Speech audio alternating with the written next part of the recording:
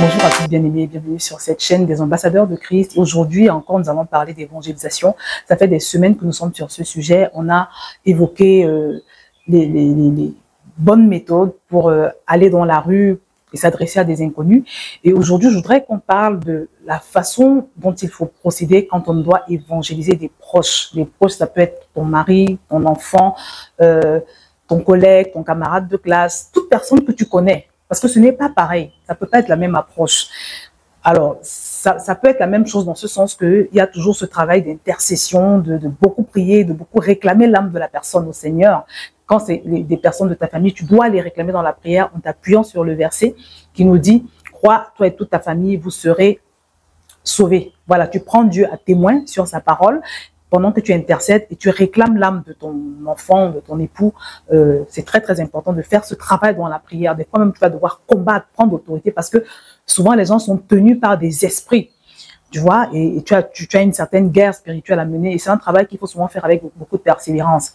Maintenant, à côté de la prière, il est indispensable, mon frère, ma sœur, de manifester deux choses. D'abord, l'amour. La Bible nous dit que tu peux avoir tout ce que tu veux dans la vie. Tu peux être tout ce que tu veux. Tu peux avoir la prophétie, la foi qui déplace les montagnes. Mais si tu n'as pas l'amour, tu n'es rien. La parole de Dieu nous dit également que le deuxième plus grand commandement, après le fait d'aimer Dieu de tout notre cœur, de toute notre force et tout ça, le deuxième plus grand commandement, c'est d'aimer notre prochain comme nous-mêmes. Donc pour Dieu, l'amour, déjà à la base, c'est quelque chose de fondamental, d'essentiel. Donc tu peux être tout ce que tu veux, tu peux faire tout ce que tu veux, mais sans amour, sans aimer ton prochain, le Seigneur considère que vraiment tu n'y es pas encore. Donc, il va y avoir cet aspect de l'amour que tu manifestes aux gens. Et quand le Seigneur demande de manifester de l'amour pour les autres, c'est pas en fonction de leur comportement. Mais notre amour vis-à-vis des autres doit être vraiment... C'est-à-dire, quelles que soient les circonstances, quel que soit le comportement de la personne, tu dois conserver ton amour, tu dois pouvoir continuer de lui manifester l'amour que Dieu veut que tu lui manifestes. C'est vrai que ce n'est pas facile et c'est pour ça que le Saint-Esprit est là pour nous aider. C'est quelque chose qui se cultive. Si tu as un peu de volonté, le Seigneur va t'aider, il va te fortifier, il va t'accorder la grâce et la capacité, mais c'est important de le vouloir. Donc, il y a cet aspect de l'amour, il y a aussi cet aspect de veiller sur le témoignage que tu peux avoir vis-à-vis de ses proches, ces personnes proches. Comment est-ce qu'elles te voient? Est-ce qu'elles voient Christ en toi? Donc, voilà les deux choses principales. Au-delà du fait de dire à la personne que oui, Jésus-Christ est venu sur la terre pour nous sauver et quiconque croit en lui sera sauvé, quiconque ne croit pas en lui ira dans le lac de feu. Au-delà de leur dire tout ça, parce que de nos jours, ça ne marche plus trop, les gens n'y croient plus trop. Au-delà de leur dire ça, ce qui va vraiment les marquer, ce qui va vraiment les toucher, ce qui va vraiment les attirer dans le royaume, les attirer à Christ, c'est de voir Christ manifester au travers de nous, de notre caractère, au travers de notre bonté, au travers de notre, voilà, de notre empathie, au travers de notre vraiment de notre intégrité. C'est quand ils vont voir des valeurs en nous, quand ils vont voir que vraiment maman qui est en train de me demander de venir dans le royaume de Dieu auquel elle appartient désormais, il y a un avant et un après. C'est ça qui va convaincre ton fils. C'est quand il va voir une maman différente, c'est quand ton mari va voir une épouse différente. C'est ça en fait. Je vais vous partager une anecdote parce que vraiment j'insiste beaucoup sur l'aspect de comment nous vivons avec les gens des proches en fait, que nous voulons gagner. Parce que la différence entre quelqu'un que tu évangélises dans la rue, par exemple, que tu n'as jamais vu, te connais pas, vous ne connaissez pas, c'est que celui qui te connaît pas, il te connaît pas, tu vois. Donc, il se fie simplement à ce que tu lui dis. Mais celui qui te connaît, il va t'observer et c'est sur la base de ce qu'il voit dans ton caractère, dans tes fruits, ce qui sort de ta vie, ton témoignage. C'est sur cette base qu'il va accepter de venir à Jésus ou pas. Parce que la vérité, c'est que inviter quelqu'un à se convertir, à venir à Christ, inviter quelqu'un à devenir chrétien comme toi, en fait, c'est l'inviter à devenir comme toi. Retiens cette phrase. Inviter quelqu'un à accepter ton Jésus, c'est l'inviter à devenir comme toi. En tout cas, c'est comme ça que dans le monde, les gens perçoivent les choses. C'est pour ça que quand tu vas évangéliser tes cousins, les personnes que tu connais, tes collègues, ils vont d'abord regarder ta vie. Ils vont regarder qu'est-ce que ce Jésus fait d'abord pour commencer dans ton caractère, dans ton cœur. Quels sont les fruits, voilà, que cette vie de Christ te fait porter. Voilà, est-ce que ce sont de bons fruits? Et puis aussi d'une manière globale, qu'est-ce qui ressort de ta vie? C'est comment? Tu vois? En ce qui concerne tes collègues, par exemple, ou bien je sais pas, d'autres gens proches de la famille. Si tu es réputé pour toujours être en train de te battre avec ton mari ou bien avec ton épouse, on vous connaît pour vos problèmes, vous êtes toujours à couteau tiré, Il y a même déjà eu des scandales. Et vous voulez que ces gens-là se convertissent, ce sera compliqué.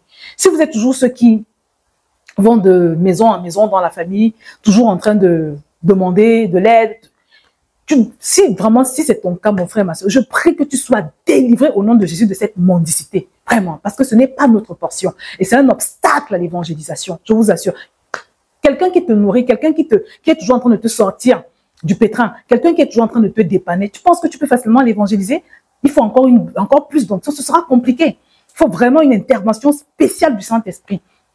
Je me rappelle que il y a de cela quelques années, plusieurs années d'ailleurs, au moins plus de 10 ans d'ailleurs, je travaillais dans une entreprise et à un moment donné, il y a un nouveau venu qui est arrivé dans l'entreprise.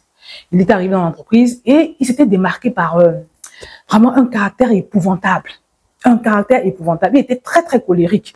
Et voilà, il était tout le temps en trouble avec tout le monde. Voilà, c'était quelqu'un de compliqué. Et à un moment donné, on est arrivé à un point où, quand il était dans une pièce, il y a des gens qui ne supportaient pas de rester dans la même pièce que lui. Voilà. Ce gars, il avait... Aujourd'hui, avec le recul que j'ai, je sais qu'il avait de gros soucis dans son âme, au niveau de son âme, en fait. C'est quelqu'un qui était blessé, il avait un passé compliqué. Bon, bref, pas ces détails. Mais, à l'époque, j'avais encore plus de feu de l'évangélisation que maintenant. Donc, quand moi, je regardais quelqu'un comme ça, je voyais une âme, en fait. De toutes les façons, quand je voyais quelqu'un, je voyais une âme. Tous mes collègues, tout le monde savait que, voilà, Josiane, elle est chrétienne, parce que ça aussi, c'est très important. Quand tu arrives quelque part, c'est important de révéler ton identité, enfin, de révéler ta foi, en fait. Bon, je ne te demande pas de crier voilà, sur tous les toits, d'arriver et de commencer à dire à tout le monde que tu es chrétien, non. Mais ne cache pas ta foi, ne cache pas ta foi. Moi, par exemple, dans les conversations, j'allais toujours affirmer mes valeurs, vous voyez, et aussi, parfois à la pause, quand j'avais envie de lire ma Bible, de méditer, je le faisais, et à ce moment-là, les gens viennent dire, ah, tu lis la Bible, comment tu fais pour lire la Bible, c'est tellement ennuyeux. Et c'est comme ça que plus d'une fois, je me suis retrouvée à exprimer ma foi et même à évangéliser des collègues. Donc, tout le monde savait que Josiane, elle, c'est comme ça. Et je vous raconte une petite histoire. Je me rappelle que j'avais un collègue, il y avait un homme qui travaillait dans une autre entreprise, dans l'étage juste en bas de là où on était. Il avait dit à mon collègue qu'il avait des vues sur moi. Et mon collègue, vous savez ce qu'il lui a répondu? Il lui a dit, ah, celle-là, c'est même pas la peine. Laisse tomber, c'est mort en fait. Et le monsieur lui avait dit, mais pourquoi? Je crois qu'il avait dû lui dire qu'elle, c'est la sœur, je sais pas, un peu dans le sens des nonnes en fait. Voilà. Et quand je lui ai dit, mais pourquoi tu lui as dit ça? Il me dit que non, toi, on te connaît. Donc en fait, j'étais tellement rigoureuse et tellement ferme. J'affirmais mes valeurs avec tellement de force que il savait que ce n'était même pas envisageable que je me retrouve dans une relation. Ce n'était même pas parce que j'étais mariée, mais il savait la force de ma relation avec le Seigneur. Donc, c'est très important déjà d'affirmer ses valeurs. Donc, pour en revenir à l'histoire de ce nouveau collègue qui avait des problèmes avec tout le monde, je vous assure que j'avais eu à cœur comme ça là de lui parler de Jésus parce que je sentais qu'il en avait besoin. Donc, de temps en temps, j'essayais, voilà, à chaque fois que j'essayais de lui parler du Seigneur Jésus, il réagissait toujours avec la même colère. Et même il m'insultait, il me traitait de folle, il me traitait de tous les noms. Voilà, il se moquait, c'était... Mais pour moi, ça me dérangeait pas, quoi. Parce que je savais qu'il n'était pas en Christ et que c'était, voilà, qu'il était téléguidé par l'ennemi et tout. Et les gens ne comprenaient pas, ils me disaient, mais pourquoi tu discutes avec lui? Pourquoi tu parles avec lui?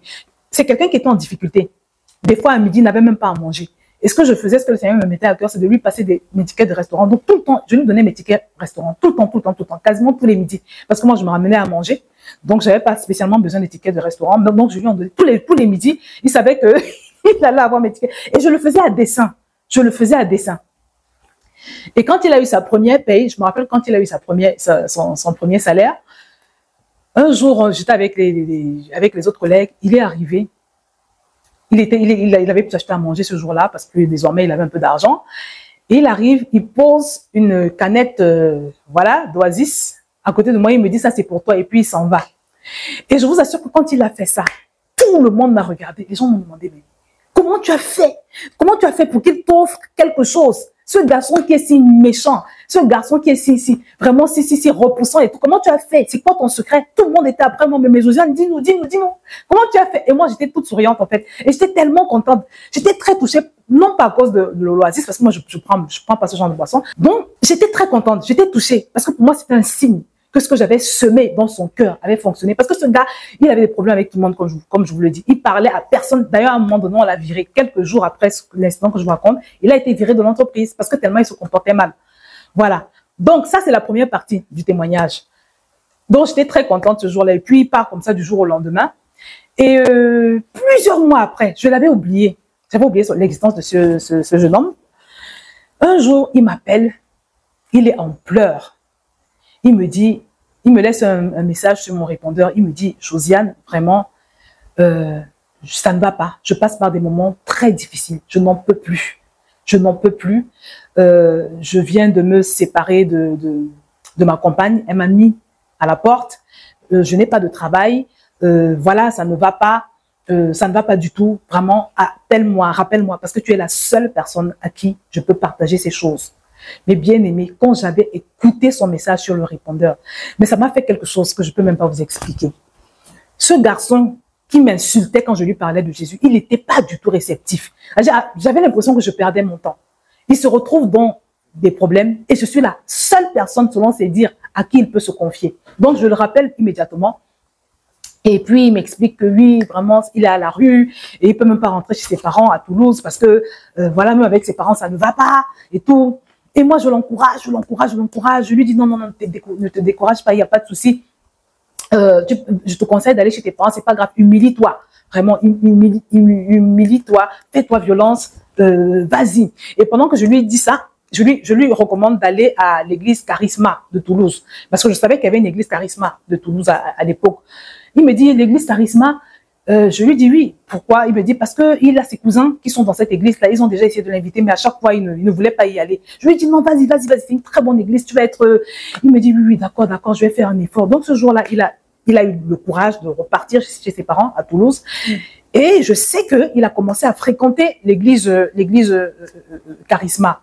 Et bien aimé, la puissance de la semence dans la vie d'une personne, la puissance de témoigner de l'amour à une personne, même quand elle te témoigne au contraire, en fait, même quand elle se comporte mal comme il se comportait, même quand elle t'insulte, parce que j'étais la seule personne dans cette entreprise qui arrivait à avoir des conversations avec lui. Parfois, on allait manger ensemble, dehors, et les gens me regardaient bizarrement, me disaient, mais vraiment, tu es bizarre, qu'est-ce que tu fais avec quelqu'un comme ça, il est tellement méchant et tout. Je vous assure, je vous assure. Donc, vraiment, c'est une histoire qui est restée gravée et qui m'a marquée. Et c'est sur cette base-là que j'ai compris que non, non, non. En fait, quand tu évangélises, quand tu sèmes des semences dans la vie d'une personne, tu ne sais jamais ce que le Seigneur va faire. Tu ne sais jamais ce que le Seigneur peut faire avec ce que tu es en train de semer dans la vie de la personne. Parce que je lui avais parlé et je vous assure, à aucun moment il n'était monté réceptif. À aucun moment. À chaque fois, il m'arrêtait. Il me coupait, il me disait, mais tu es folle, tu es bête, comment tu peux croire en ces choses et tout. Et pourtant, il était en train de recevoir ses semences. La preuve, c'est que quand il se retrouve dans la difficulté, à qui est-ce qu'il pense? J'étais peut-être la seule personne qui lui avait manifesté un peu d'amour parce que personne n'essayait jamais de le comprendre. Il avait des problèmes avec tout le monde, y compris avec ses parents. Sa compagne l'avait mis à la porte. Et bien aimé, la puissance de l'amour, la puissance de l'amour. Il n'y a pas une plus grande chose qui puisse être utilisée pour évangéliser les gens comme l'amour. Je vous assure. Donc, je voudrais m'adresser à toi qui veut gagner ton collègue, ton ami, je sais pas, ou bien même ton époux ou ton enfant. Demande au Seigneur la grâce de pouvoir aimer cette personne. Demande au Seigneur la grâce de pouvoir progressivement voir Christ formé au travers de toi, de pouvoir manifester le fruit de l'esprit, la paix, l'amour, la bienveillance, toutes ces choses. Demande au Seigneur de te donner une vie telle que tu seras comme un véritable panneau publicitaire du royaume. Voilà, parce que c'est ce qui touche les gens. C'est ce qui touche les gens en fait. Voilà. Sache que l'évangélisation, je le dis toujours, le premier livre chrétien que j'ai lu, le titre de ce livre c'était « L'évangélisation, c'est le témoignage ». Quel est le témoignage que les gens voient? Qu'est-ce que les gens voient sortir de toi? Est-ce que ça leur donne envie? Est-ce qu'ils voient en toi une personne différente des autres? Est-ce qu'ils arrivent à se projeter en toi? Voilà. Qu'est-ce qui en toi pourrait les convaincre de venir à Christ? Je voudrais parler à toi. Ton mari te fatigue. Tu sais plus quoi faire. Tu as déjà essayé tu as fait tout ce que tu pouvais pour l'attirer à Christ, mais tu n'y arrives pas. Tu lui as déjà tout dit. Tu lui as déjà envoyé toutes sortes d'enseignements. Peut-être que tu l'as déjà invité à l'église.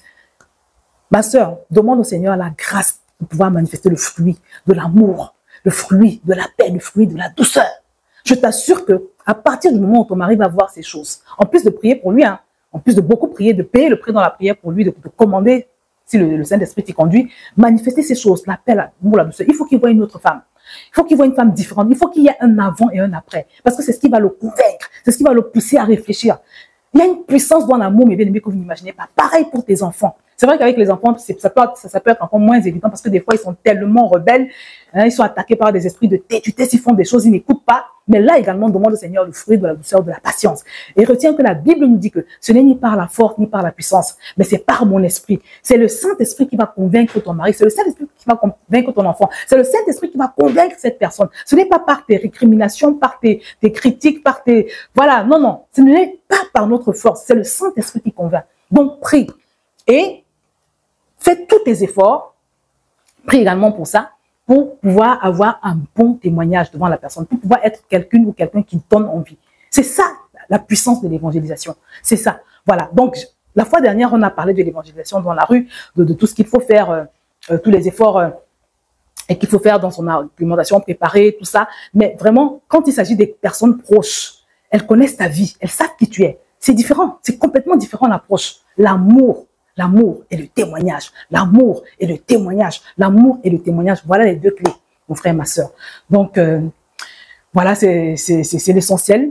Pratique déjà ces deux choses. Si c'est trop dur pour toi, crie au Seigneur pour ça, jeûne pour ça si c'est nécessaire. Mais demande au Seigneur de faire de toi une femme différente, une cousine différente, un collègue ou une collègue différente, une mère ou un père différent, qu'il y ait un avant et un après. Parce que c'est ça qui va parler aux gens. C'est ça qui va intriguer ces personnes que tu veux évangéliser. Et c'est ça vraiment qui va les pousser à avoir de la curiosité en ce qui concerne ton Jésus. Et c'est ce qui va permettre également au Saint-Esprit de facilement travailler dans leur cœur, de les convaincre. Voilà. Donc, c'est ce que je voulais partager avec toi aujourd'hui. J'espère que tu as été touché, que tu as été édifié.